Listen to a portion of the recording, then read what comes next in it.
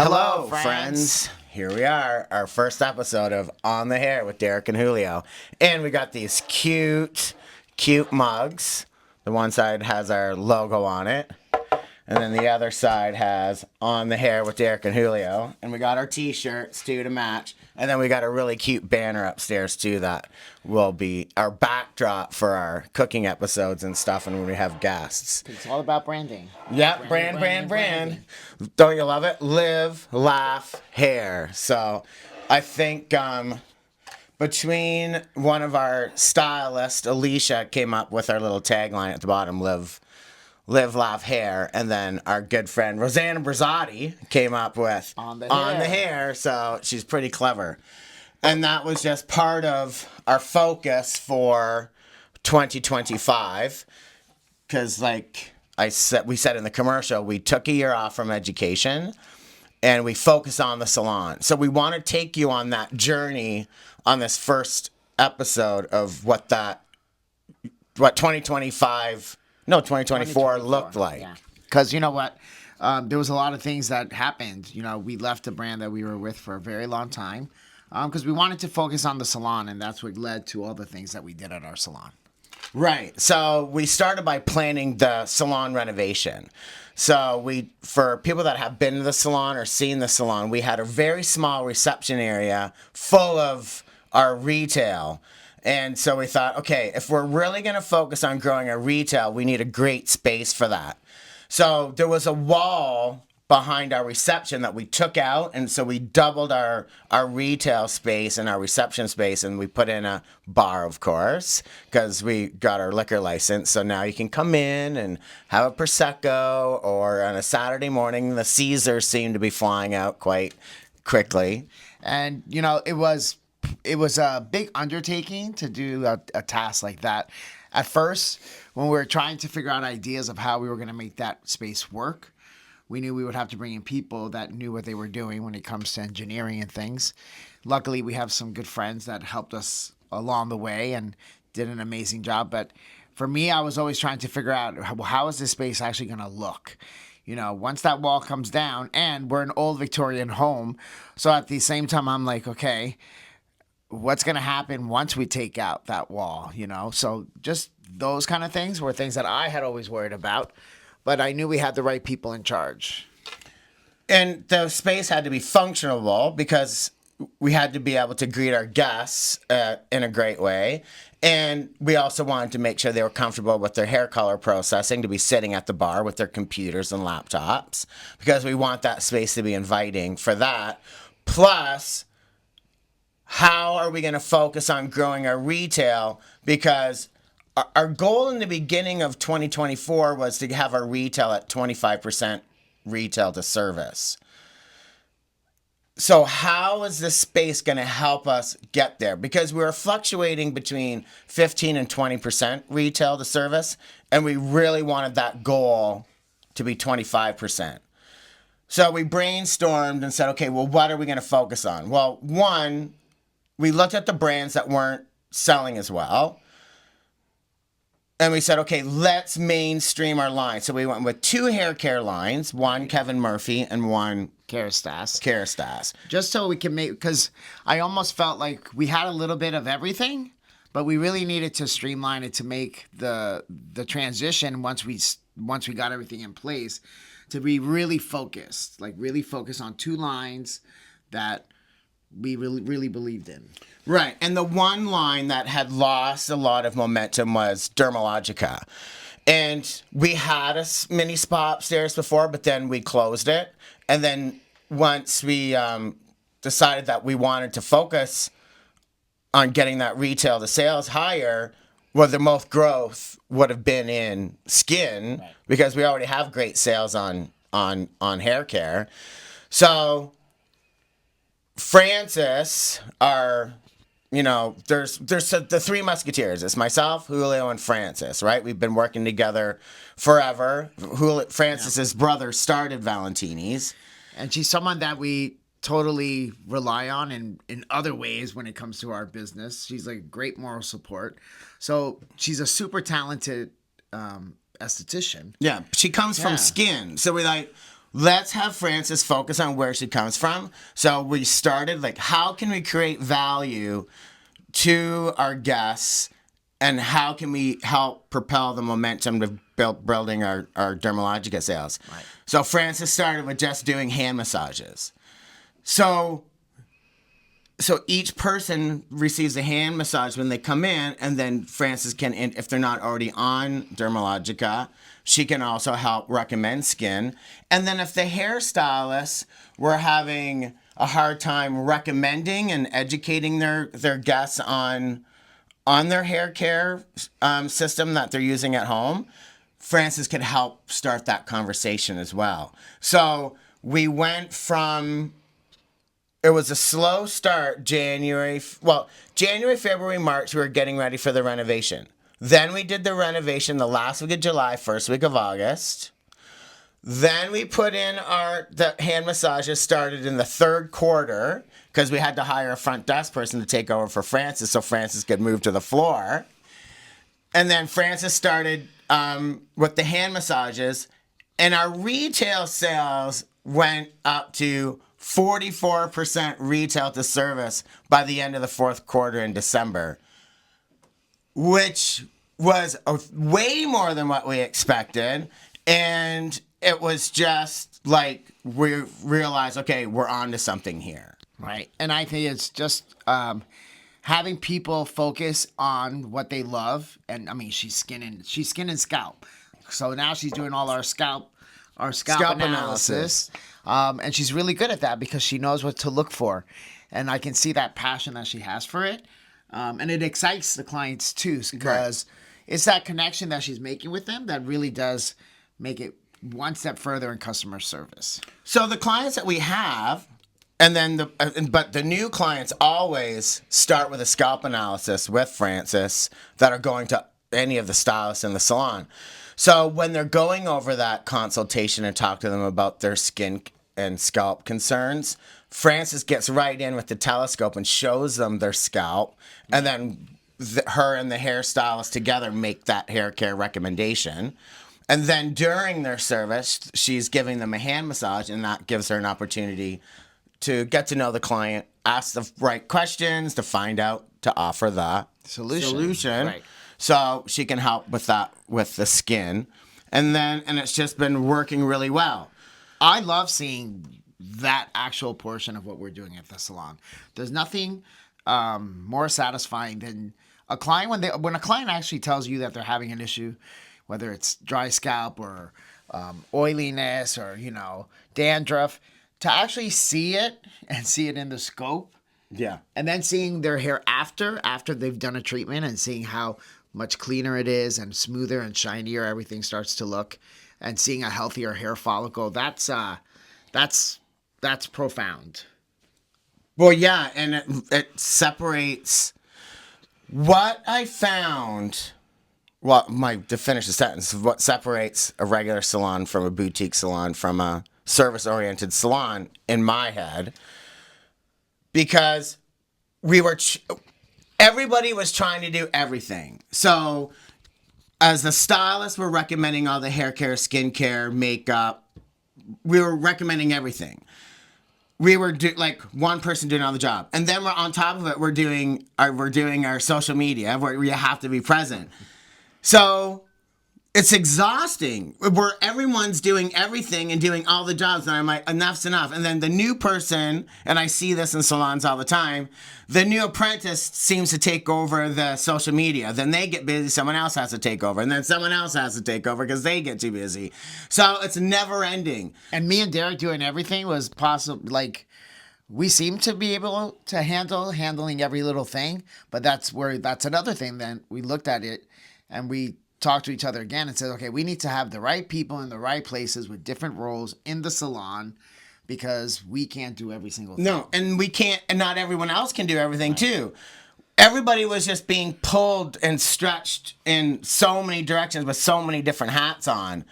And because we had to go in and hire more people for the team, because to do this, you need to have 2 or 3 assistants on the floor. You need to have Frances on the floor focusing on just hand massages. She can't be doing the front and hand massaging and social media. So to make it life easier, we bit the bullet and hired an in-house social media marketing person. So they were focusing on the website sales, focusing on, the online sales, focusing on internal marketing, focusing on our social media calendar, which would rotate through the stylists and through all the different brands. And now we're moving and putting in more education and stuff on retail tips, on hair color tips with Julio, and business tips with myself. And then I'm going to start doing some cutting tips as well. But just like little tips of the week on our social media. So you can't do all that. Be an assistant, be social media, be whatever other, cleaning the salon. And you know what? I love that Derek is even saying that, because he, for a while there, thought, no, you can do every single thing. You can do everything I'm telling you to go do. Go do it now. Well, because when you look in the salon owner's, the entrepreneur mind, how much money is this going to cost? How much is it going to cost to have an in-house social media person? Well, when you start looking around at hiring someone for social media and then they're not even in the salon to get your vibe, right? I find that hard, and then you're paying for them and they're not even there. Where something could be happening in the salon, it's like, we need to get this now. Like, we need to get either a video of this, we need to get a photo of this. Well, now we have someone, that's all they do. Hey, her name's Serena. Serena, can you come and videotape these hair extensions going in? Can you come and take an after photo of this haircut I just did, or hair color? Because one thing I can't do is I can't be that kind of hairdresser that straps on a camera, and starts videotaping what I'm doing. Because when a guest is in my chair, I want to spend time with my guests. I don't want to have to worry about filming something when I have my guests in my chair. Like, their time is here with me. I want to focus all my attention on them and getting the right look. And I want to have a visit with them. So it's hard for me to videotape start to finish everything that I'm doing. So it's nice to have someone now in the salon that can come in, shoot a little bit of the video, and then let me keep on having my guest in my chair. Right. And a lot of the brands too, and especially the brands that we were working with, there was this expectation for social media and social media content. And I'm like, that's great if you're working, if you're not behind the chair 8 hours a day, fully booked. Hulu and I book 1 year in advance. So in October, most of our clients book their whole next year's schedule every 4 or 5 or 6 weeks, right? Yeah. So we are booked solid for the year. Now we're going to sit here and try to do social media content. The collaboration part on our social media is great, because you can now, and which I don't understand why certain brands, if they want you to launch a box, why would my whole thing was always like, why can't we have marketing do one video, collaborate with all the guest artists, and then we can all share the same vision in the same way?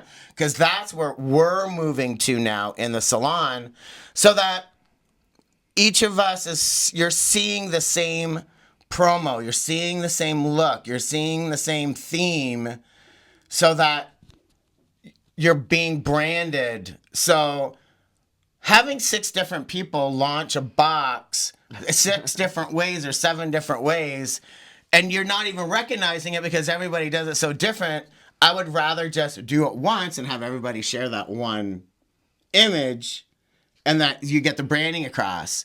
So this is where what we're focusing on for our social salon. media. Right. So if you're going to start noticing that as you go through the theme of our website, our new online Shopify, because we switched to Shopify. So we're already seeing a build of being with Shopify, because Shopify has so many different ways of getting out to the consumer. Right. And that's another thing, because, our business is, either 9 to 5 or whatever the other hours are on the weekends and stuff. But our Shopify is always open. Right. And our Shopify doesn't call in sick.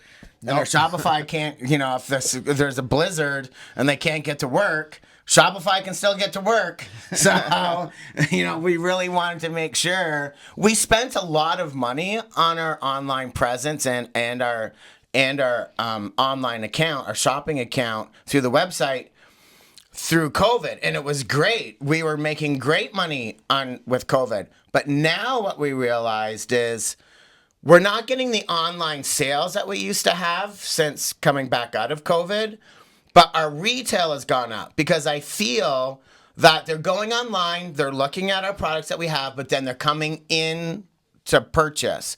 So, and we're finding we're getting a lot more phone calls inquiring about our products from directing everyone to our website. Correct. And I think that's another form of how education works in a salon and with retailing, because when clients are educated on the products so they can actually see it's perfectly clear on how you use it and some of the benefits of why the product is going to benefit their hair.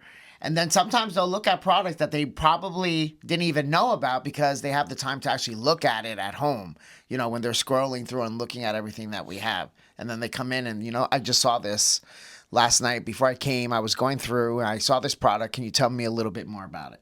Right. Because so what Serene is doing after our guest leaves, the guest is getting an email, one automatically generated to give us a Google review. So that's really spiked our Google reviews. Then they get a thank you email saying, thank you for visiting, the stylist appreciated doing your hair. These were the products that your stylist used on you today. So that also covers the fact, did the stylist let the guests know what they used on their hair? If the guests liked what was used on their hair, did they find out and purchase it? So this way they're getting home and they're finding out which products the stylist used on their hair, and they can click on the product in the email because it's a picture of the product that we used on their hair, can click on it, and then if they were out, they can either purchase it online or go, oh, I really liked how that felt in my hair today. I'm going to keep this email and I'm going to purchase it the next time I'm in the salon, or they'll go online and purchase it and it can be delivered to their house. Complimentary if it's over $75. So that's really been helping in educating our guests on which products that we're using on their hair and which we feel are best for their hair. Right. And like a lot of the other things that we did this year to really help impact how retail is, retail and education in the salon is important, is we also brought in some a new system of treatments in the salon where we're actually utilizing steam. So we do the steam treatments, and we work with all our brands and their treatments, like with Kerastase, and some even with Kevin Murphy as well. Right. So that we're added that extra service, because what we wanted, our whole goals was how are we going to create more value to the guests coming in? So that was offering those steam treatments, offering the complimentary hand massage. We're offering complimentary makeup touch-ups. So we're in the middle of looking for makeup artists to work part-time, so that's all they focus on is the makeup. And then our other focus for the services was getting our extensions up. Because I knew, I was the one mainly doing all the extensions in the time that I can fit a client in. So then I spoke to some of the staff members, our team members, and a lot of them love doing extensions. And I like my Vivian, she's really good. And we focus in on a couple of the girls, and then they've been really spearheading that and learning all the techniques that are out there. So now we offer fusion, we offer tape bands, we offer the Genius Weft extensions, which is like sewn in, and the bead extension. So there's so many varieties, and they continue to keep growing and growing. So staying on top of that is quite a lot too. So now that I have a team that can focus just on that alleviates a lot for me, and more time to color. Right. So that was the three areas we wanted to grow. We wanted to grow our retail, we wanted to grow our extensions, and we wanted to focus on skin. So those were the three things to focus on. So we started last year, January, February, March. We talked about it. April, May, June, we were focused on the reno. July, August, September, we did the renovation and completed the renovation. And then the last quarter, we really focused on the individual departments with taking all the extension courses through the summer, taking Francis, going back and focusing more on skin, hiring a social media marketing person in the salon that stays in the salon. So we got everybody into place so that January 1st, 2025, we worked with everybody, we trained with everybody, we hired all the people that we thought we needed to pull this off.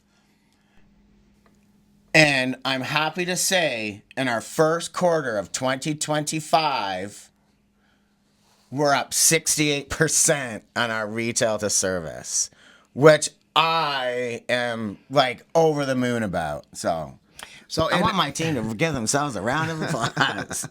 And so yes, that's a great achievement. Plus, what you guys don't know, while we were doing all of that, we were also still creating our collections. We went to England and shot with Hooker and Young. They're friends of ours in the industry, and we love their work. So we went out there and met with them and did a great photo shoot. So we did all that too, and we brought in education in the salon. Our team was still constantly learning. So we had some great companies come in, and so it's been an ongoing, like 2024 was all about growth, some setbacks, and they continue growing. And, now here we are at 2025. Yeah. So I want to go into that a little bit because we already booked the date where we wanted to go to Newcastle and shoot our collection with Michael and Gary. And it was supposed to be the year before, but with COVID and everything, Right. that got shut down. So we had to move it. But we had already committed because we had to get the engineer to come in and take the wall out, put up a beam, do all this stuff on that. So that fell. The main reconstruction and knocking the wall out and putting the beam in happened the same time we were going to be in Newcastle doing the photo shoot. And I'm like, what are we doing? So of course, Dave Vizentine, which is like our we couldn't have this house without him. He was our lead contractor and he knows how I am, he knows how Julio is, and he's methodical and very clear-headed on what we wanted and how we wanted and knew all the... And when you think about... Pulled it all off. When you think about that kind of stress that could have been, which, we were under some stress, don't get me wrong, but I think our experience and what we did as hairdressers and as entrepreneurs with our business, we had to have a plan. Like, you have to have like a sheet, a goal. This person's going to do that. This person's going to do that. Because when we decided about still going to do the photo shoot, I actually had some apprehension because you never know what's going to happen. But we put 100% faith in Dave and his team to get that job done. And so we could fly off to Newcastle and be able to focus on the photo shoot. And we had 4 collections in mind. We wanted to shoot for 4 categories. We ended up shooting 7 or 8 categories. We missed our flight, our connection over there. So and we knew that might happen. So we shipped everything over there so that it was there before we got there if anything happened. Because you imagine if they lose your suitcase. If you lose the suitcase, you lose the photo shoot. You lose the collection. You lose the clothes. You lose the hair, the wefts, like everything. So I'm like, we have to send everything ahead. We planned it so that we could get there a day ahead to as a prep day and then start shooting. We had 2 days to shoot.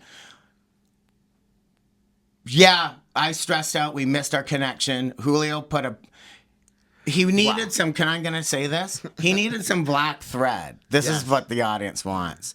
He needed to bring some black thread. So instead of grabbing the black thread and the needle for that thread and put it in his bag, he grabbed the whole sewing kit.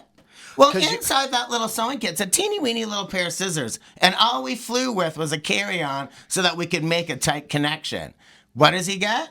He gets pulled in because there's a pair of scissors, and we're like, there's no scissors in here. There's no scissors. We shipped our scissors. Nope, you have a pair of scissors in here. So they rip his entire bag apart. There is no scissor. There is absolutely no scissor. So the lady pulls out my tiny, I'm telling you, tiny little sewing kit. And you know those little flimsy orange little scissors that are like that bend? That they're not real scissors. That's the scissor that made us miss. the She's flight. looking at me. She knows at this point because I went ahead to find out where the plane, what the gate was, because the gate wasn't coming up on our ticket. No. So I'm running around trying to search. I come back. There he is, still in line, waiting for his bag because they pulled it in. They're calling. They're calling our names. Yep. I go up. I go, "Are you kidding me? You're going through there?" I go, "Can you just?" So then he grabs his bag from her finally, and she goes, "Oh," she goes, "Sorry." Like he looks mad. I'm like, "Yeah, I'm mad." So he grabs his suitcase and he's running down the hall with it, and things are just gonna start. I go, "You know what? Stop. Just stop." I go, "Pack your bags the right way." We get up to the gate. We're seeing the plane. They haven't even closed the Nope. thing yet. And they The wouldn't let guy us would on. not let us on. He goes, "We've been calling your name for 20." I go, "We were right here. We were a connection flight. We were flying in from Toronto." And then that one. So, of course, now like it's first thing in the morning in London. We're stressed out. We missed our flight. I think we just went straight to the restaurant and started drinking. Called Michael, and Michael goes, "Don't worry about it. You have lots of time. You're going to get here." They finally changed us to another flight because they weren't going to let us on the next flight either, but they let us on. And then we get there. The boys treated us like kings. We had a couple of drinks. We talked about our strategy. The next day, we started like prepping everything, and we ended up shooting. We wanted to shoot 14 looks, and we ended up shooting 24 looks. Right. We were over prepared, thank God. And they were like, how we did so many looks and so many shots, and we had seven models over the 2 days. Yeah, they were great girls. And you know what? It's just once again, you plan. You don't know what's actually going to happen, but just being prepared. You have to be prepared for whatever, however. Because believe me, I didn't think that little. I paid $4.99 at the dollar store for that little sewing kit was gonna cause. Well, us it to cost miss us the flight. $500 Canadian and food and drink at the airport for a 5-hour layover for our flight Right. to get on the next flight. Plus, we because- had to pay because the we couldn't- $300 for the next flight ticket. Right. Because we could have just like maybe had some granola bars, but when you're at an airport for that long, no, we decided to have vodka and caviar. Oh yeah, it was prosecco. Oh no, it was champagne because they had a Moet. They had a Moet bar, Moet, and so we sat there and had caviar and Moet, I think, and something else. So we figured when in Rome, because we were so discouraged. But then I calmed down. I wanted to kill Julio for putting that. I go, why would you? What would possess you to throw something in your suitcase without going through it first, knowing we had such a tight connection? But get over it. So the shoot was a huge success. Yes. We won 2 contests with it, and now we're up for North America Salon Team of the Year, and we'll find that out in June if we won that. Right. And then Julio also won 2 awards. Yep, in the early part of that year for the IBAs.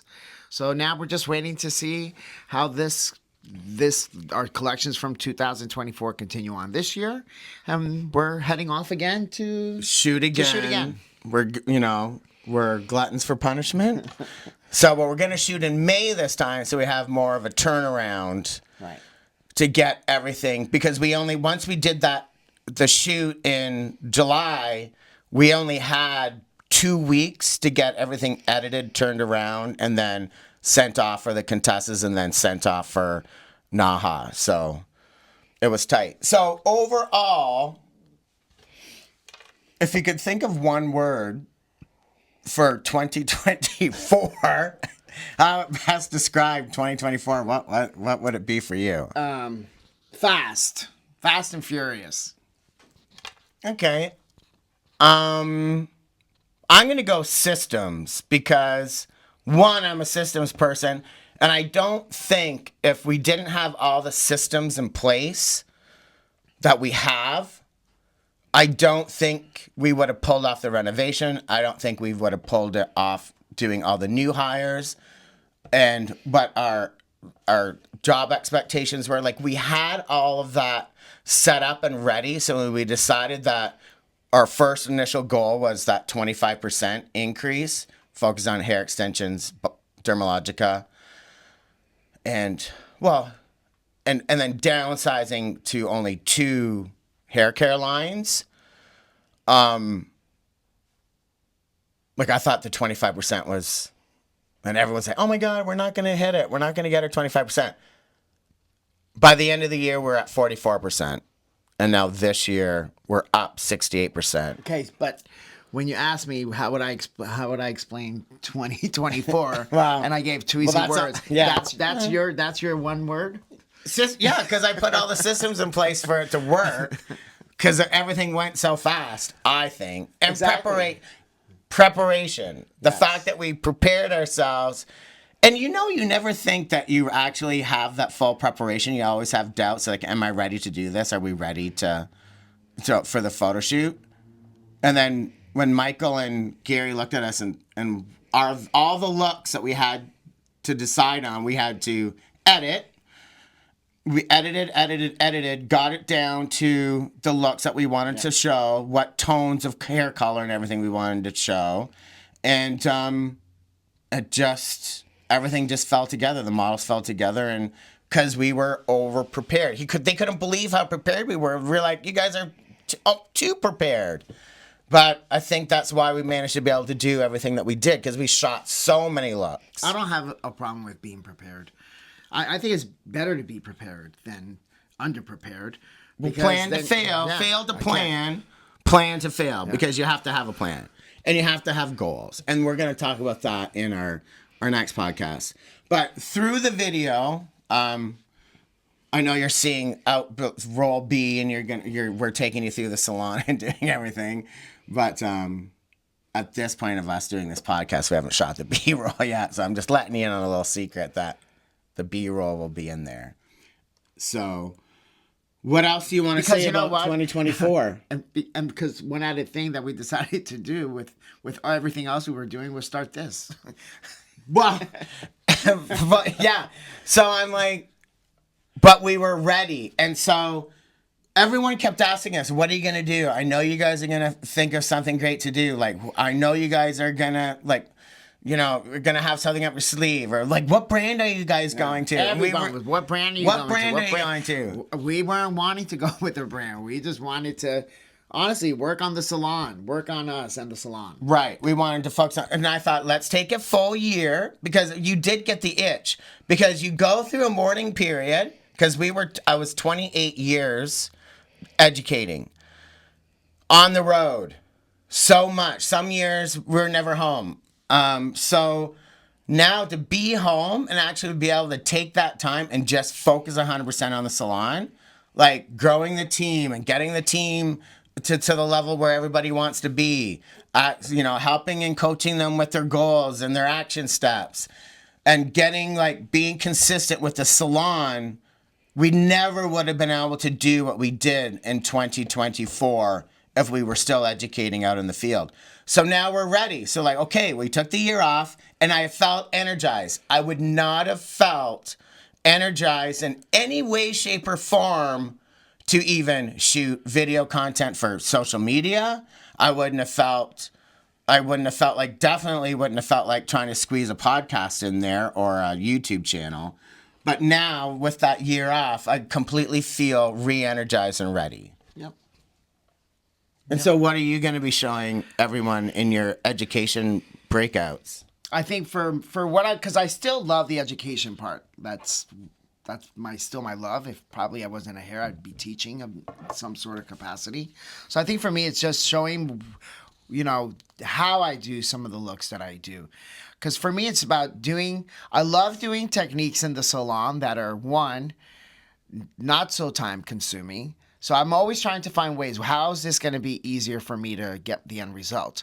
And for me, it's all about keeping the hair healthy, my customer experience, number one, time management, you know. And so those are the things that I want to share with people with our podcast and our tips that we give them. Just things that work for me, so they can hopefully make your job easier as a colorist and a stylist at the salon. Right. Because like I said during the commercial, we are going to have full looks. Julio will do full hair color looks. I'll do full cut looks. And we'll also, be sharing some business tips and having guests on for business tips. So, but that is going to be, we're probably going to do it in an OnlyFans page because it looks like, I think it'd be a fun subscription-based platform to put our videos and everything on. But we'll let you know when we start publishing those. Yeah. So yeah. You mean education, though, right? Yeah, for our education, yeah. No, I don't. We're not going to be in our underwear on OnlyFans doing haircuts. No, it'll just be OnlyFans for our haircutting. And then our tips and tricks we'll be putting those on social media, but lots of exciting things coming up. So and we're still going to be doing cooking too. So like we mentioned before. So I'm excited about those segments that we'll also share with you. Because that's, you know what? The other thing that Derek and I love doing, we love entertaining. We love good drink and we love good food. So yeah, we'll be sharing all of that. And my trainer's going to come on and show us some exercises for hairdressers standing behind the chair. My Pilates instructor is going to come on and show us, because she works with a lot of hairdressers. I do thoracic massage too, like where they pull your muscles and that. She's going to come on and talk about different things for people that stand for their job. So do you see how much excitement coming up? How many people it takes to work with him? He's got a whole team of people just to make him function. Yes, I have a whole team because when we were on the road for 25 years, you neglected your body. I wasn't stretching. I was doing my workouts and getting out there because I had so many other things I had to do. I wasn't taking care of myself properly. So now that we weren't on the road, I said, Derek, you're going to focus on yourself. You're going to go to the gym 4 days a week. I go to Pilates 2 days a week. I go to the gym 2 days a week. I go and do the stairs, or I do leg workouts on my own. And that, so we could keep the pace that we're keeping. And then we came into 2025 ready with the energy, because if we didn't take care of ourselves, we wouldn't be able to do what we're doing. That's true. That's true. So I hope you guys enjoyed this first episode, and see you later.